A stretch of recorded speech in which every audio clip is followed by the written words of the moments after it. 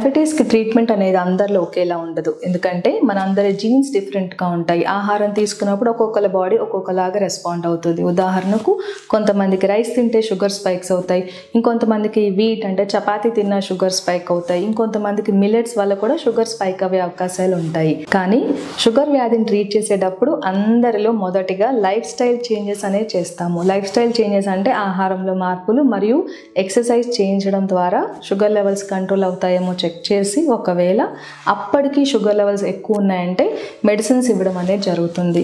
ఈ sugar levels తగ్గించడానికి వాడే మెడిసిన్ 3 రకాలుగా ఉంటాయి. అందులో మొదటిది వెయిట్ న్యూట్రల్ మెడిసిన్, అంటే మెడిసిన్స్ వాడటం వల్ల బరువు మీద ఏ ఎఫెక్ట్ ఉండదు.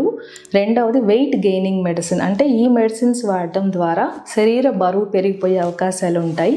మూడవది వెయిట్ లాస్కి హెల్ప్ చేసే మెడిసిన్.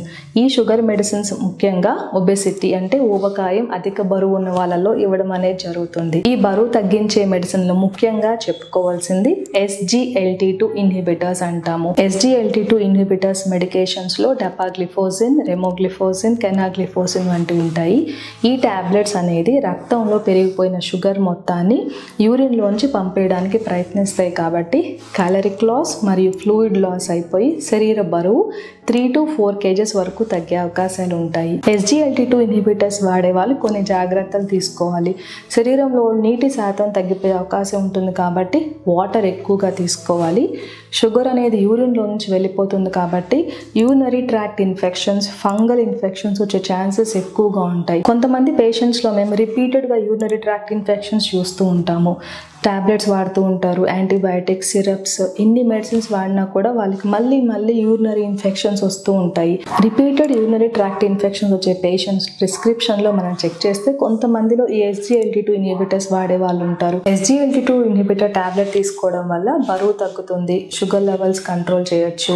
కొంతమందిలో డయాబెటీస్ కాంప్లికేషన్స్, ముఖ్యంగా హార్ట్ ఫెయిల్యూర్ కూడా రాకుండా మనకి ఈ టాబ్లెట్ హెల్ప్ చేస్తుంది. కానీ SGLT2 టాబ్లెట్ ఇన్హిబిటర్స్ తీసుకునే వాళ్ళు కొన్ని జాగ్రత్తలు తీసుకోవాలి. బాడీలో వాటర్ కంటెంట్ తగ్గి డీహైడ్రేషన్ రాకుండా వాటర్ ఎక్కువగా తాగాలి. యూరిన్లో నుంచి షుగర్ వెళ్ళిపోతుంది కాబట్టి కొంతమందిలో, అది కూడా పర్సనల్ హైజీన్ లేని వాళ్ళల్లో రిపీటెడ్గా యూరినరీ ట్రాక్ట్ ఇన్ఫెక్షన్స్ అనేది మనం చూస్తూ ఉంటాము. కొంతమందికి ఫంగల్ ఇన్ఫెక్షన్ కూడా రావచ్చు. ఈ యూరినరీ ట్రాక్ట్ ఇన్ఫెక్షన్స్ రాకుండా ఉండాలంటే SGLT2 ఇన్హిబిటర్ టాబ్లెట్ ఆపేసి యాంటీ ఫంగల్ మెడికేషన్ తీసుకోవడం ద్వారా మనం ఇన్ఫెక్షన్ని ట్రీట్ చేయవచ్చు. ఫ్యూచర్లో రాకుండా కూడా మనం అవాయిడ్ చేయొచ్చు. బరువు తగ్గడానికి ఉపయోగపడే డయాబెటిక్ మెడికేషన్లో రెండవది GLP-1 అనలాగ్స్.